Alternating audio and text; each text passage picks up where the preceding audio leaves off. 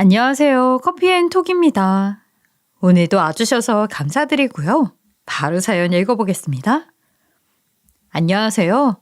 저는 지금 남편과의 우연한 만남으로 맺어지고 얼마 전에는 기막힌 일을 겪은 여성입니다. 정말 남편과의 만남은 지금 생각해도 드라마의 한 장면 같은 만남이었죠. 저와 남편이 첫 만남에 어떤 일이 있었느냐 하면요. 정말 교통사고 같은 만남이었어요. 때는 면허증을 발급하고 장롱 면허를 유지하던 사회 초년생이던 제가 어느덧 차가 생기고 어느 정도 사회인이 되었을 무렵의 이야기예요. 면허증 발급은 참 오래전에 했는데 장롱이다 보니 불안해서 차를 사고도 초보 운전 딱지를 떼지 못했죠. 다들 아시잖아요. 처음에 차로 도로를 달리는 기분이 얼마나 긴장감이 넘치는 하루하루인지. 저도 똑같았습니다. 남편과 처음 만난 그날도 여전히 초보 운전 딱지를 붙이고 다니던 때였죠. 그날은 이상하게도 운전을 하고 싶지 않았는데 꾸역꾸역 차를 몰고 나가다가 그만 사고를 낸 날이었어요. 사고는 커브를 돌다가 나게 되었죠. 하필이면 택시와 부딪혀서 차 안에서 어떡하지 안절부절 못하고 있던 저를 봤는지 못 봤는지 기사님은 내려서 다짜고짜 삿대질부터 하더라고요. 처음 난 사고에 어떻게 해야 할지 몰라 무서운 마음에 차에서 내려 죄송하다고 90도로 숙여 인사를 했는데도 기사님의 화가 풀리지 않는 것 같았죠. 지나가는 다른 차들이 저를 쳐다보는 기분에 얼굴은 붉어지고 계속 죄송하다고 허리를 굽혀서 사과를 하던 그때였어요. 갑자기 누군가가 제 옆으로 다가와서 제 앞에 딱 서더니 허리를 숙인 저를 일으키는 거예요. 그 남자는 큰 소리로 기사님께 소리를 쳤고요. 기사님, 해도 너무하시네요. 사람이 이렇게 허리 숙여서 사과하면 먼저 받아주기나 하셔야 할 거 아닙니까? 그리고 제가 저기서 사고 나기 전부터 보고 있었는데 이 여성분이 100% 잘못한 것도 아닌 것 같던데요. 지금 이분 차에 초보 운전 스티커 붙여 있다고 그러시는 거 아니에요? 여기 근처 CCTV나 블랙박스로 영상 같이 확인해 보시죠. 경찰 오기 전에 저랑 같이요. 그냥 서로 보험 처리하자 좋게 이야기하면 되는 것을 왜 그렇게까지 이 여성분에게 화를 내시는지 모르겠네요. 그렇게 위협적으로 나오시는 것도 좋은 일은 아니라는 거 기사님도 알지 않습니까? 기사님은 남자가 처음 자기 앞에 섰을 때는 잠시 당황만 했었는데 남자가 계속 이야기를 이어갈수록 표정이 굳더군요. 그리곤 제게 사과 한마디도 없이 그냥 킁 하더니 꼬리를 내리며 마는 겁니다. 이런 장면 TV 프로그램에서 봤던 것 같지 않나요? 저도 실제로 처음 당해보니 당황스럽기도 했지만 남성분이 제 편을 들어주면서 챙겨주기 시작하자 마음이 조금 진정되더라고요. 그러면서 내가 100% 잘못한 게 아니라는 것 같다는 생각도 들었고요.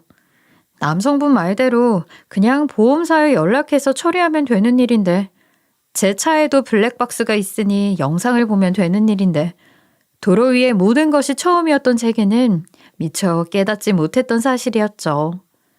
이때 제 앞을 막아줬던 남자가 지금의 남편이에요. 남편은 당황한 저를 그냥 혼자 보낼 수 없다며 집까지 같이 가주었어요. 옆에서 운전에 대한 조언도 막 해줬고요. 그러면서 그런 일은 일상처럼 일어날 수 있다며 저를 안정시켜주려 무척이나 애썼죠. 그런 와중에 갑자기 이렇게 묻더군요.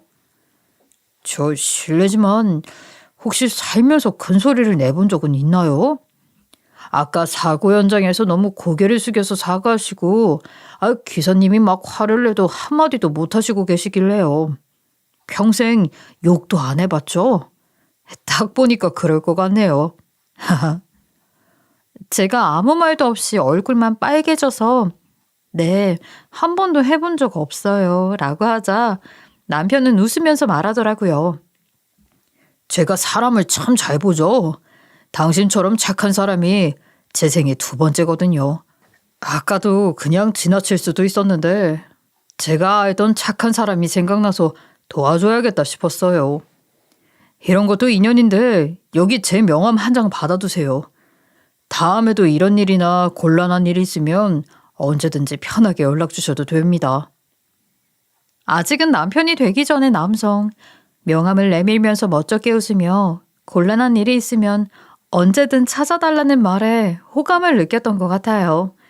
그렇게 내민 명함을 받으니까 얼굴이 활짝 펴지면서 명함 받아주셨으니까 이번 도와준 거는 밥으로 사례받겠습니다. 나중에 저랑 같이 한 끼 하시죠. 하며 능청스럽게 말하더군요. 전 그런 남편이 싫지 않았어요. 오히려 더 만나보고 싶다는 생각을 했거든요.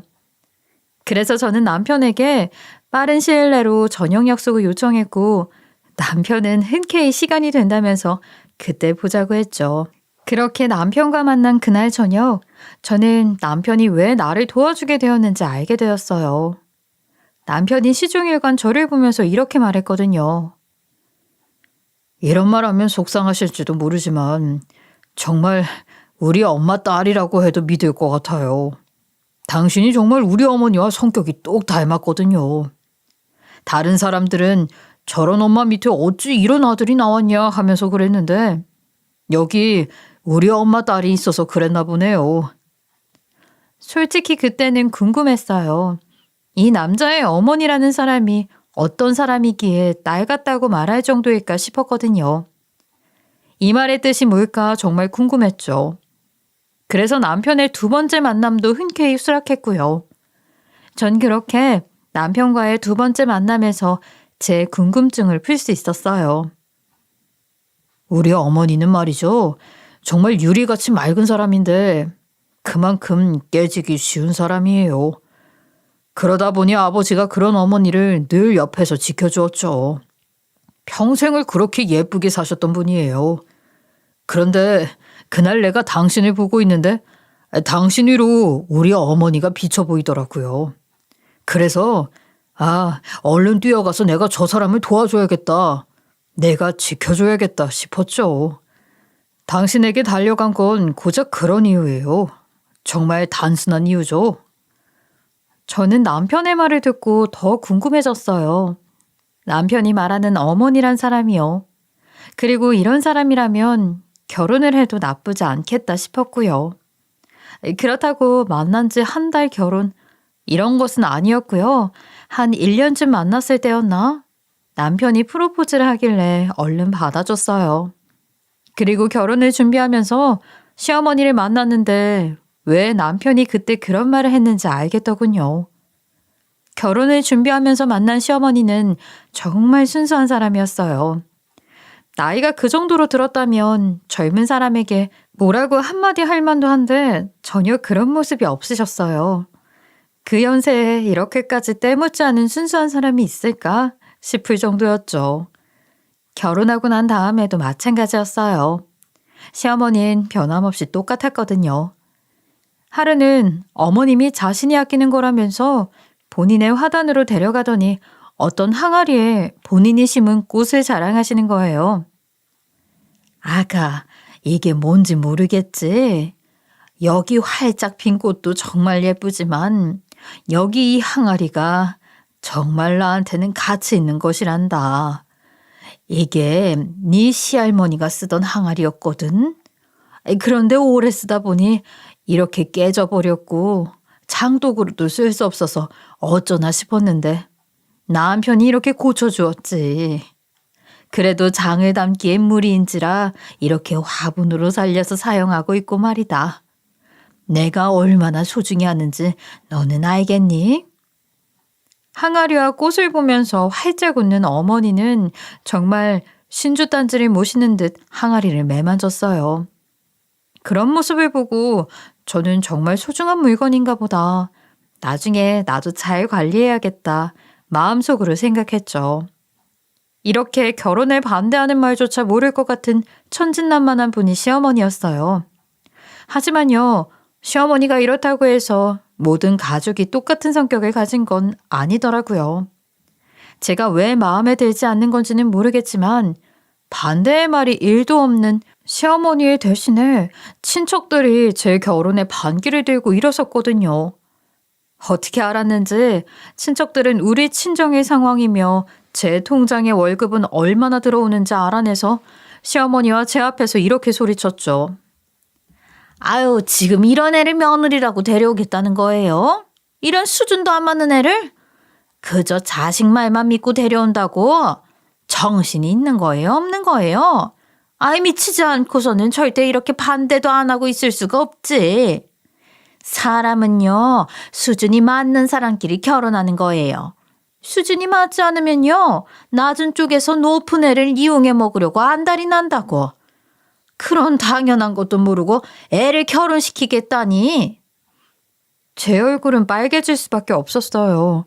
어떻게 알았는지는 모르겠는 제 상황과 저희 친정집 내부의 일까지 정말 부끄러웠죠. 게다가 친척들은 죽은 시아버지의 이름까지 들먹이면서 제 결혼은 막아야 한다며 반대했어요.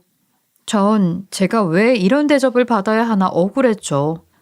하지만 한마디도 할 수 없었어요. 전부 다 사실을 기반한 이야기였으니까요. 그렇게 가만히 있자 친척들은 더 물이 올랐는지 아까보다 더 큰 소리로 떵떵거리기 시작했죠. 이런 애는 우리 같은 집안이랑 결혼하려면 예단비를 5천씩 해야도 모자란다고. 너 집에 예단비 5천씩 해줄 돈은 있니? 그런 돈도 없으면 우리 집안이랑 연을 맺을 생각도 하지 마라. 어디서 이런 거지 같은 걸 신부라고 데려와가지고는 어휴, 속상해. 그렇게 제 길을 팍 죽이던 친척들의 말에 저는 우울하게 집으로 돌아갈 수밖에 없었어요. 그리고 집에서 결혼에 대해 다시 생각하게 되었죠. 내가 이렇게 잘난 남자와 결혼해서 그런 친척들을 이겨가며 살 수 있을까 하고 말이죠. 그런데 이상한 일이 생겼어요. 몇 주 뒤에 다시 만난 친척들은 저를 봐도 쥐 죽은 듯이 가만히 있더군요. 얼마 전에만 해도 저랑 시어머니만 있으면 으르렁대던 친척들이 이렇게 조용하니 한편으론 너무 무서웠어요. 그래서 이러지도 저러지도 못하며 시어머니만 바라보던 제게 조용히 귓속말로 이렇게 말하셨어요. 친척들이 너를 잘 몰라서 그래. 저번에 있던 일은 내가 대신 사과하마. 절대 나쁜 사람들은 아니야. 단지 집안일이 되니 감정이 격해져서 그랬던 모양이더구나. 그러니 네가 저번 일은 눈 감고 넘어가 주렴. 이 시어미를 봐서도 부탁한다. 어머니는 친척들이 예전에는 저를 제 장점을 잘 몰라서 그랬던 거라며 미안하다고 본인이 사과를 하는데 어떻게 제가 받아들이지 않을 수 있겠어요. 저에게는 한없이 좋은 시어머니였으니까요. 그래서 그냥 그날 마음이 상했던 일은 제 기억 속에 덮어두기로 했습니다. 하지만 이렇게 좋은 시어머니라도 문제가 없는 것은 아니었어요. 시어머니의 최대의 장점인 성격을 이용해서 친척들이 오만 짓을 다 했거든요. 자기네들이 나서도 싫은 소리 하나 하지 않는 사람이니까 아주 사람을 이용해 먹으려고 안달이 났었어요. 하지만 조심히 했으면 될 일을 우리 남편에게 들키고 만 겁니다. 친척들이 어떻게 했는지 알게 된 남편은 크게 화를 냈고 온 집안이 발칵 뒤집혀졌어요. 그러고도 화가 풀리지 않는지 나중에는 집에 와서도 버럭버럭 화를 내는 거예요. 당신도 알고 있었어? 엄마가 저렇게 당하고만 있는 거 그렇게 그냥 돈을 내주고만 있었던 거 알고 있었냐는 말이야. 어떻게 사람이 이럴 수가 있어? 아니, 그래도 자기가 지닌 전부인데 아버지가 남겨주신 모든 걸 왜 뺏기고만 있냐 말이야. 아무리 사람이 착하다고 해도 정도가 있어야지. 자기가 바보야? 바보냐고.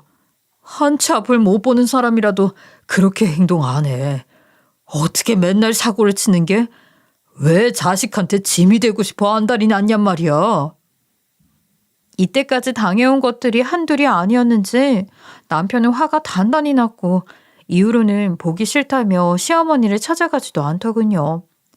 남편의 말이 전부 틀린 것은 아니었지만 그래도 저는 그날 그렇게 남겨진 어머니를 혼자 두고 온 일이 내내 마음이 쓰였습니다. 그래서 그날 이후로 전 혼자라도 어머니를 자주 찾아뵈야겠다고 생각했어요. 그렇게 시댁에 가니 어머니는 쓸쓸하게 혼자서 화단을 돌보고 있는 거예요. 제가 저 왔습니다 어머니 밝게 인사를 해도 시무룩한 표정으로 화단을 떠나지 않으셨죠. 그러면서 몇 시간을 앉아 있는지 혼자서 화단과 대화라도 주고받는 듯이 말을 하는데 그 뒷모습이 정말 치근해 보였습니다. 그런 시어머니에게 힘을 주기 위해 옆으로 다가가니 어머니는 물을 주면서 의미심장한 이야기를 꺼내셨어요. 내가 너무 오래 있었나 봐. 그래서 애가 저렇게 힘들어하는 거겠지. 그래. 내가 짐이 되지 말고 얼른 갔어야 하는데 나보고 얼른 오라고 이러는 거지. 나도 알아. 아는데 알겠어. 가야지. 곧 갈게. 여기 이 꽃이 피는 것만 보고 갈 테니 너무 뭐라고 그러지 마. 남은 건 우리 며느리가 알아서 잘 키워주겠지. 작게 속삭이는 듯이 말했지만 왠지 기분이 좋지만은 않았죠. 시어머니의 말은 마치 이별을 암시하는 것 같았거든요. 그래서 더욱 시어머니를 각별하게 챙기기 시작했던 것 같아요. 그런데 그날로부터 며칠이 지나고 시어머니는 꽃항아리 몇 개를 들고 우리 집을 찾아오셨더라고요. 놀란 마음에 얼른 들어오라 했지만 분위기가 심상치 않았어요. 그러자 문득 며칠 전 시댁에서 어머니가 했던 말이 떠오르는 거예요. 그래서 전 어머니의 손을 잡고 말했어요. 어머님, 도저히 생각해도 안 되겠어요. 우리 지금 당장 병원부터 한번 가봅시다. 그날 어머님이 했던 말들이 도저히 제 머릿속을 떠나지 않아요. 무서우면 저랑 함께 가요. 검사 받는 그거 그렇게 아프지도 않아요. 어서요. 병원에 가서 검사를 받자는 제 말에 어머니는 무엇이 그리 서러웠는지 모르겠지만 앉아서 오열을 하기 시작했죠. 그러면서 막 소리치시는 거예요. 안 가도 알아. 나도 안다. 나도 죽기 싫어. 그런데 어떡하겠니? 노인의 욕심이라는 게 이렇게 커서 어떡해. 나는 못해. 가족한테 절대 이런 말 할 수 없다. 이상한 어머니의 말에 저는 다그치듯 물었어요. 지금 보니 어머님, 자기가 무슨 병을 가지고 있는지 아시는 거죠? 그렇죠. 그러니까 지금 이렇게 안 된다고 못한다고 말씀하시는 거잖아요. 어서 말해보세요. 그래야 어떻게라도 해결 방법을 함께 찾아보죠. 제가 큰 소리를 내는 것을 처음 겪은 어머니는 울면서 말을 안 하려 입을 꾹 다무셨지만 저는 계속 재촉했어요. 지금이 아니면 절대 어머니를 꺾을 수 없겠다 싶었거든요. 그러자 어머님은 한참이 지나서 입을 여시더군요. 의사가 그러더구나. 내가 간 이식이 필요하다고. 지금 이대로면 얼마 못 갈 거라고. 당장 보호자를 데리고 병원을 방문하라는데 너무 무서웠다. 아들은 그날 그렇게 화를 내고 가버렸는데 내가 아들에게 줄 재산도 반이나 말아먹었는데 어떻게 내게 간 이식을 해달라고 말을 꺼낼 수 있겠어. 이 늙은이 한 몸 살리겠다고 앞날 창창한 젊은 사람의 것을 탐낼 수 있느냐 말이다. 안 된다. 난 못해. 이제서야 그날의 속삭임이 무슨 말이었는지 이해가 갔습니다. 어머니는 간 이식이 필요한 상태에서도 남편에게 더 이상의 실망은 안겨주기 싫었고 그냥 죽을 각오를 했다는 사실을요. 전 어머니의 그런 말에 그날로부터 어머니에게 돈을 뜯어갔다는 친척들에게 연락을 돌렸어요. 재산의 반이 어느 정도인지는 남편에게 들어서 알고 있었거든요. 결코 작은 돈들이 아니었으니 최소한 검사는 받아줄 것이라는 생각이 들었죠. 하지만 현실은 제 생각과는 다른 곳이더군요. 전화를 받은 친척들은 하나같이 다 이런 반응들이었거든요. 아이, 그래? 그래서 이번에 내가 검사 받으면 얼마나 챙겨준대? 아무래도 목숨값이니 전보다는 많이 받아야겠지? 그때 우리가 그렇게 너를 반대했는데도 너라는 며느리를 들이면서 입막음을 시켰는데 그때보단 더 받아야 하지 않겠어? 우리 입에 참을새를 채우는 대가가 그 정도였으면 이번에는 목숨이 달린 일이니 그것보다 패는 많아야지. 일단 네 시어머니한테 물어보렴. 이번에는 얼마나 챙겨줄 수 있는지 말이야. 그럼 우리가 검사는 받아주지. 검사만. 사람의 목숨을 대상으로 돈을 달라는 친척들. 그리고 몰랐던 사실을 알게 되었어요. 어머니가 친척들에게 주었다는 돈의 반이 어떤 면목으로 그들의 입에 들어갔는지 말이에요. 다 내 탓이었던 겁니다. 하루 상처를 깊게 받았던 그날의 저를 보면서 안쓰러운 마음이 들었던 어머니는 친척들을 모아 저에 대한 험담이나 반대를 일절하지 않는 것으로 많은 돈을 요구했던 것이죠. 그것도 자신의 재산의 반이라는 큰 금액을 말이에요. 저는 여태껏 남편도 모르게 시어머니의 보호를 받고 있었던 거예요. 전 어머니에게 물었죠. 어머님, 왜 그런 일을 하신 거예요? 그러면 그날 남편이 화를 낼 때 그냥 내 탓이라고 말해줬으면 좋았을 텐데 왜 혼자서 이런 부담을 지시려고 하신 거예요? 어머니가 그런 줄 알았으면 그러지 말라고 했을 거예요. 제가 뭐라고? 왜 어머님의 재산의 반이나 그것도 남편한테 한 소리 들을 거 알면서 그러셨어요. 어머닌 그런 저를 보면서 옅게 웃으시며 말을 시작했죠. 나도 예전에 그런 일을 당해봤으니까 네 마음이 얼마나 찢어지고 아팠을지 알고 있으니까 그런 너를 보고도 마냥 넘어갈 수는 없었다. 아마 네가 나라도 그럴 거야. 너도 내 성격을 닮았으니 말이다. 그리고 돈은 있다가도 없어지는 것이야. 사람이 받을 상처를 돈으로 해결할 수 있으면 그게 더 낫지 않겠니? 어머니가 말하는 한마디 한마디가 제 마음에 파문을 일으키더군요. 말 한마디에 사람이 얼마나 큰 상처를 입을 수 있는지 알고 있던 어머니는 저를 지키기 위해 거뜬히 자신의 재산을 내놓았던 겁니다. 이렇게 나를 위한 바다 같은 마음에 전 소리 없이 눈물을 흘릴 수밖에 없었죠. 그런 저를 어머니는 등을 두드리며 달래주었고요.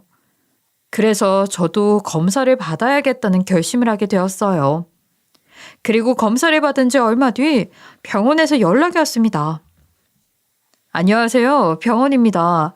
저번에 간이식 관련해서 검사 받으신 분 맞죠?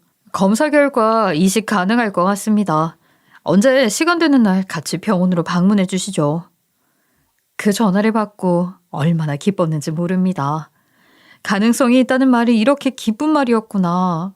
다른 사람들이 왜 그렇게 울면서 좋아했는지 저도 알게 되었어요. 이렇게라도 어머니에게 갚을 수 있는 기회가 생겨서 정말 다행이라는 생각을 했어요. 일단 저는 어머님 몰래 병원으로 혼자 가서 수술 동의서를 썼습니다. 그리고 날을 맞춰 어머님과 함께 병원에 방문했죠. 어머니에게 수술 동의서를 쓴 상황이라고 말하자 어머니는 눈물까지 보이면서 의사에게 묻는 거예요. 설마 우리 며느리 몸에 흉터라도 남나요? 아직 신혼인 아이예요. 이런 늙은이보다 살날이 앞으로 더 남은 아이란 말입니다. 혹시라도 흉이 크게 남는 거라면 그 있잖아요. 제 피부라도 떼서 며느리에게 주세요. 부탁입니다, 의사 선생님. 수술이 가능하다는 말에 기쁘기도 하고 내가 수술을 하게 되었다는 사실에 놀라기도 한 어머니는 긴장을 했는지 침까지 꼴깍 삼키면서 의사에게 말을 했어요. 그 와중에도 제 생각만 가득했다는 게 너무나 저희 시어머니다워서 저는 옆에서 그저 웃고만 있었네요. 그리고 저는 남편에게도 수술을 하게 되었던 사실을 알렸어요. 남편은 물론 처음엔 화를 냈죠. 그런 일이 있었으면 제일 먼저 나한테 와서 물어봤어야지. 내가 우리 엄마 가족인데 당연히 이식 가능성이 더 높지. 왜 당신이 먼저 가서 검사를 받아? 그리고 우리 집에서 그렇게 돈을 챙겼던 양반들은 다 어디 갔고 갑자기 이게 무슨 일이야? 화를 내는 남편이 이해는 갔어요. 저라도 남편의 상황이면 화가 났을 테니까요. 그래서 저는 최대한 차분한 목소리로 남편에게 지금까지의 상황을 말했습니다. 당신이 이렇게 화가 날 수 있다는 거 알아. 그래도 어머님께는 큰 소리 내지 말았으면 해. 안 그래도 혼자서 죽는다고 무서워했던 분이셔.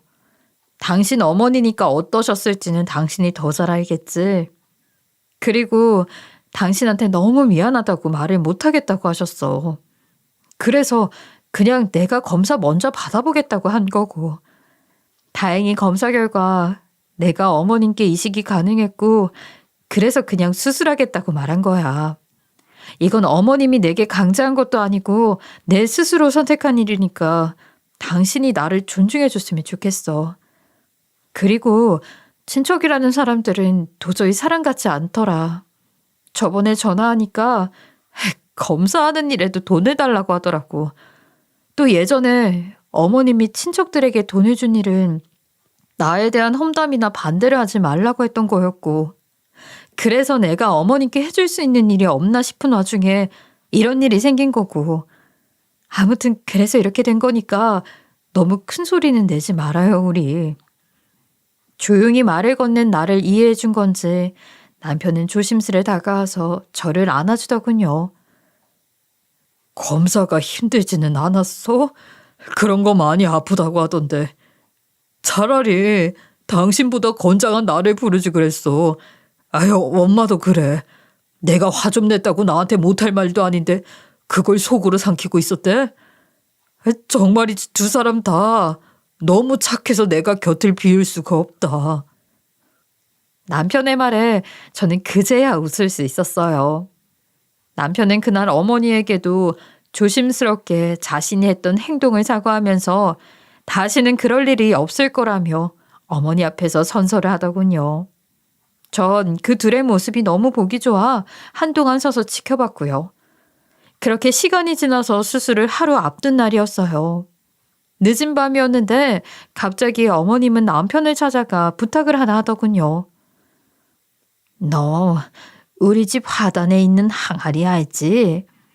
내가 엄청 아끼는 붓꽃이 피어있는 항아리 말이다. 그것 좀 지금 가져올 수 있겠니? 내가 갑자기 그게 보고 싶어서. 평소 같았으면 툴툴댈 남편도 그날은 무슨 일이든지 들어줄 눈치였고 알았다는 대답과 함께 병원을 나갔죠. 전 그 틈에 지금까지 어머니에게 못했던 말을 전했어요. 어머님 저요. 어머님에게 너무 감사한 거 있죠? 세상에 이런 시어머니를 어디서 제가 또 만나겠어요. 성실하고 좋은 남편에 마음 약해서 며느리 부리지도 못하는 시어머니라니요. 정말 다시 태어나도 이렇게 좋은 시댁은 없을 거라고 생각해요. 그러니까요. 지금까지 어머님의 보호를 눈치채지 못했던 것은 정말 죄송하고요. 앞으로는 우리 행복하게 살아가요. 어머닌 제 말에 눈물을 보이셨지만 의지 않으려 노력하시는 것 같은 표정이셨죠. 그런 어머니를 바라보며 저는 말을 더 이어갔어요. 그리고 말이에요. 어머니는 절대 약한 사람이 아니에요. 세상에 약한 사람이 어떻게 그런 행동을 하겠어요. 안 그래요? 약하면 절대 어머니처럼 행동하지 못해요. 저도 무서우면 꼼짝도 못하는데 전 어머님처럼 되려면 한참 멀었다니까요. 그러니까 어머니, 저와 함께 오래 같이 사셔야 돼요. 알겠죠? 제가 이렇게 말하니까 어머니도 그제야 입을 여셨어요. 그렇게 말하는 너도 약한 사람은 아니다. 내가 정말로 착한 사람이라서 너를 반대하지 않은 줄 아니? 절대 아니다. 오히려 너 같은 사람이 더 괜찮은 사람이라는 걸 알고 있었기 때문이야. 내 생에 2번은 없을 소울메이트가 그랬으니까. 네 시아버지 말이다. 그러니 너도 나한테 미안한 마음 들지 않아도 돼. 오히려 내가 너한테 고마워. 너와 있는 시간은 정말 네 시아버지가 돌아온 것만 같아서 너무 좋았거든. 그러니 나도 받았던 걸 너한테 이렇게 줄 수 있어서 너무 기쁘구나. 어머니의 말에 저도 가슴이 뭉클했죠. 그렇게 어머니와 한참을 속닥거리고 있을 때 남편이 어머님이 부탁했던 붓꽃 항아리와 화단에 있던 몇 개의 항아리를 더 챙겨서 병실로 들어오더군요. 어머님 꽃을 보자마자 내일 있을 수술도 잊었는지 화사하게 웃기 시작했어요. 아들, 너무 고맙다. 이렇게 꽃을 들고 와줘서. 이건 여기 내 옆자리에 내려놔줘. 남편이 어머니의 말대로 옆에 꽃을 내려놓자 어머니는 꽃과 대화를 하기 시작했죠. 예, 여기 새아기가 내 생명의 은인이다. 내가 말했지? 정말 좋은 아이라고. 그이와 너무 닮아 착한 사람이라고 말이야. 그러니까 내가 이제 새아기에게 건네주려고 한다. 너도 좋지? 어머니는 꽃과 한참을 대화하시더니 붓꽃의 꽃말을 아냐고 저에게 물어보시더군요. 저는 꽃에 대해서는 잘 몰랐기에 고개를 절레절레 저었어요. 그러자 어머니는 제게 말했죠. 내가 이 소중한 항아리에 다른 것도 아니고 붓꽃을 심은 이유가 있지. 붓꽃의 꽃말이 너무 좋았거든. 붓꽃은 말이다. 좋은 소식 혹은 사랑의 메시지란 꽃말을 가지고 있단다. 얼마나 좋은 꽃말이니? 그러니 너도 이 꽃을 소중하게 대해주렴. 물론 내 소중한 항아리도 말이야. 갑자기 꽃말을 운운하며 항아리야 꽃을 부탁한다고 말했고 저는 어리둥절했지만 그러겠노라 대답했어요.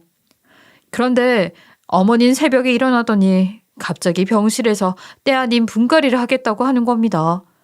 환자를 살피러 들어왔던 간호사가 이를 발견했고 다들 놀라서 어머니를 말렸죠. 환자분 이러시면 곤란해요. 내일 수술이신데 얼른 주무셔야죠.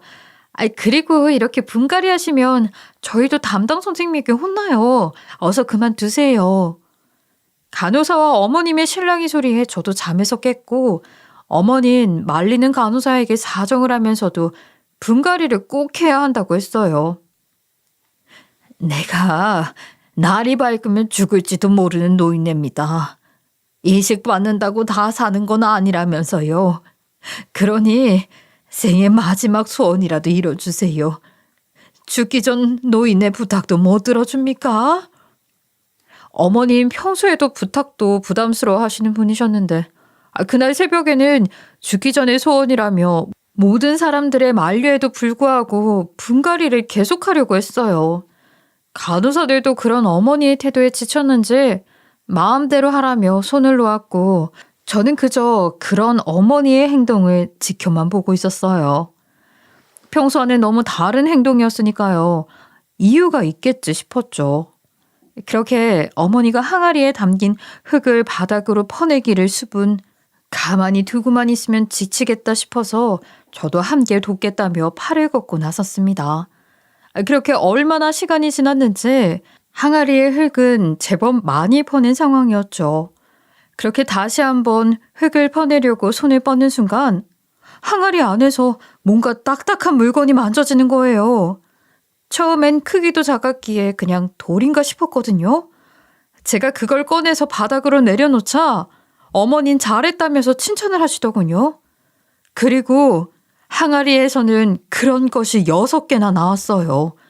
알고 보니 항아리 안에 있던 것들은 공인인증서가 담긴 6개의 USB였어요. 랩으로 꽁꽁 싸매서 넣어놓은 USB는 세월의 흔적만 보이고 멀쩡히 작동되었죠. 저와 함께 작동이 잘 되는 것을 본 어머니는 흐뭇하게 웃으면서 이 이야기를 해주더군요. 지금이 딱 죽기 전이라고 볼 수 있잖니? 이건 내가 그 사람하고 약속했던 일이야. 먼저 간 그 사람, 네 시아버지 되는 사람은 정말 착한 사람이었거든. 가는 순간에도 어찌나 내 걱정을 그리 하던지. 내가 돈에 대한 것은 아무것도 모르는 사람이다 보니 가는 순간도 편히 가질 못했지. 어느 날은 나를 부르더니 이런 말을 하는 거다. 돈 없는 사람 옆에는 아무도 없고 돈 없는 사람의 말은 아무도 믿어주지 않는다고 말이야. 친척들을 보면 알겠지만 딱 내 남편이 말한 대로지. 그 사람이 그러니 나보고 전체를 보여주지 말고 팔만 내놓고 다녀라 하고 말했거든. 나머지 부분은 죽기 전까지도 감춰두라고. 근데 이제 와서 그런 것이 무슨 소용이겠니? 여기 나 살리겠다고 수술도 하는 며느리가 옆에 있는데 너한테 내가 무엇이 아깝겠어. 우린 네 말대로 날이 밝으면 다시 태어날 사람들인데 안 그러니 아가? 저는 이 상황이 모두 어리둥절했어요.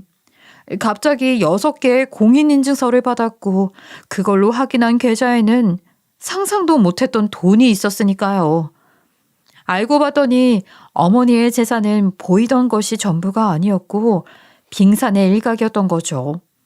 그렇게 저는 남편도 모르고 있던 엄청난 재산을 어머님께 받게 되었습니다. 그리고 어머니는 이런 말을 남기셨죠. 예부터 곳간의 열쇠는 여자들이 책임지는 거라 했다. 나는 그럴 능력이 되지 못해서 모든 것을 관리해주는 착한 남자를 만났지만 넌 그러지 않았으면 해. 내 아들이지만 어디로 튈지 모르는 사이거든. 그러니까 네 남편하고는 절대 나누지 마라. 이건 오롯이 네 것이야.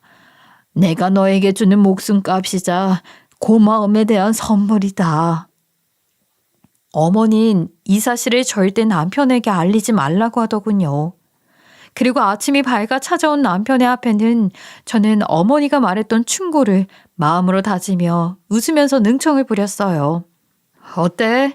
이렇게 같은 옷 입고 서 있으니까 우리 정말 모녀 사이 같지 않아? 하며 말이에요. 그런 저를 따라서 어머니는 웃으셨고요.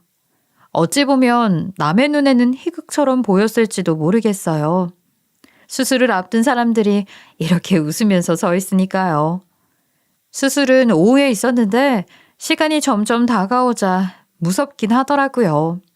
그래서 어머니와 저는 손을 꼭 잡고 함께 앉아 있었어요.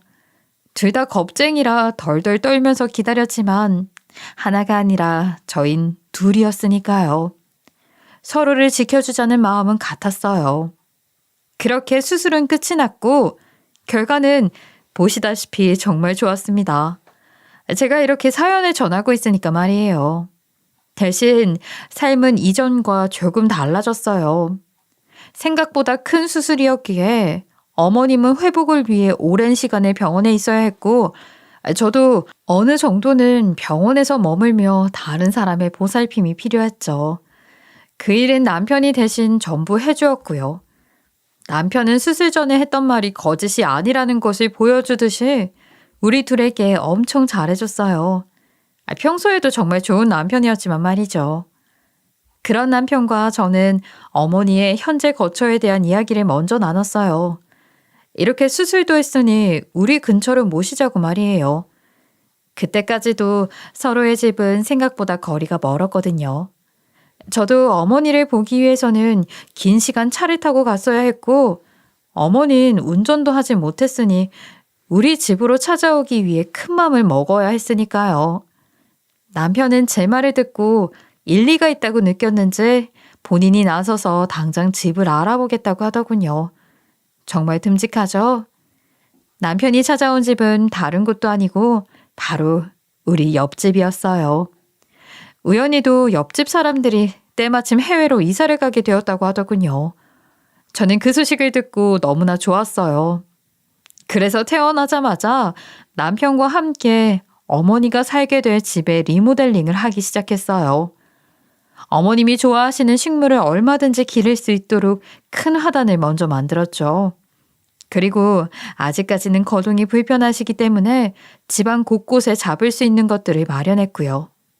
마지막으로 혹시나 싶은 마음에 CCTV도 거실에 하나 설치했습니다. 갑자기 급변하면 바로 발견할 수 있도록 말이죠.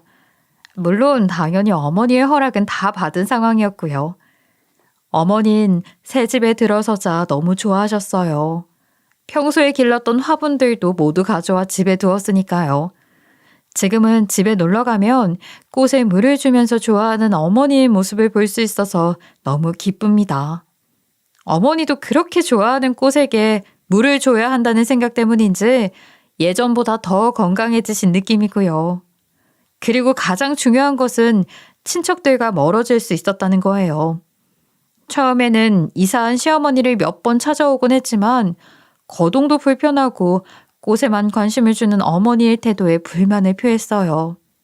그러다가 어머님이 이렇게 말하면 아무 말도 없이 눈치가 보이는지 집을 나가더라고요. 너희는 내가 죽을 병에 걸렸다고 해도 찾아오지를 않더니 왜 이제서야 우리 집에 와서 이렇게 엉덩이를 붙이려고 들어? 내가 바본 줄 아니? 우리 어머니 조금 변하시지 않았나요? 수술 후에는 하고 싶은 말은 다 하자는 생각을 한다고 하시더군요. 그래서 지금은 돈만 밝히던 친척들도 자연스럽게 멀어진 상황입니다. 어머닌 그 사실이 무척이나 좋았는지 지금도 나날이 더 건강해지시는 것 같고요. 옆에서 지켜보는 저희도 정말 즐거워서 행복한 하루하루를 보내고 있네요. 제 사소한 긴 이야기가 지루하지는 않으셨나요? 뿌린 대로 거둔다는 말이 있는데 친척들의 상황이 딱 그것과 같지 않습니까? 저는 우연히 많은 재산을 가지게 되었지만 아직까지 일을 계속하면서 지내고 있어요. 이건 언젠가 힘들어지는 날이 오면 쓰려고요. 어머님이 주신 소중한 돈이니까요. 제 이야기 들어주셔서 너무 감사했습니다. 지금까지 커피앤톡이었습니다. 오늘도 끝까지 함께 해주셔서 감사하고요. 다음 영상으로 또 찾아뵙겠습니다.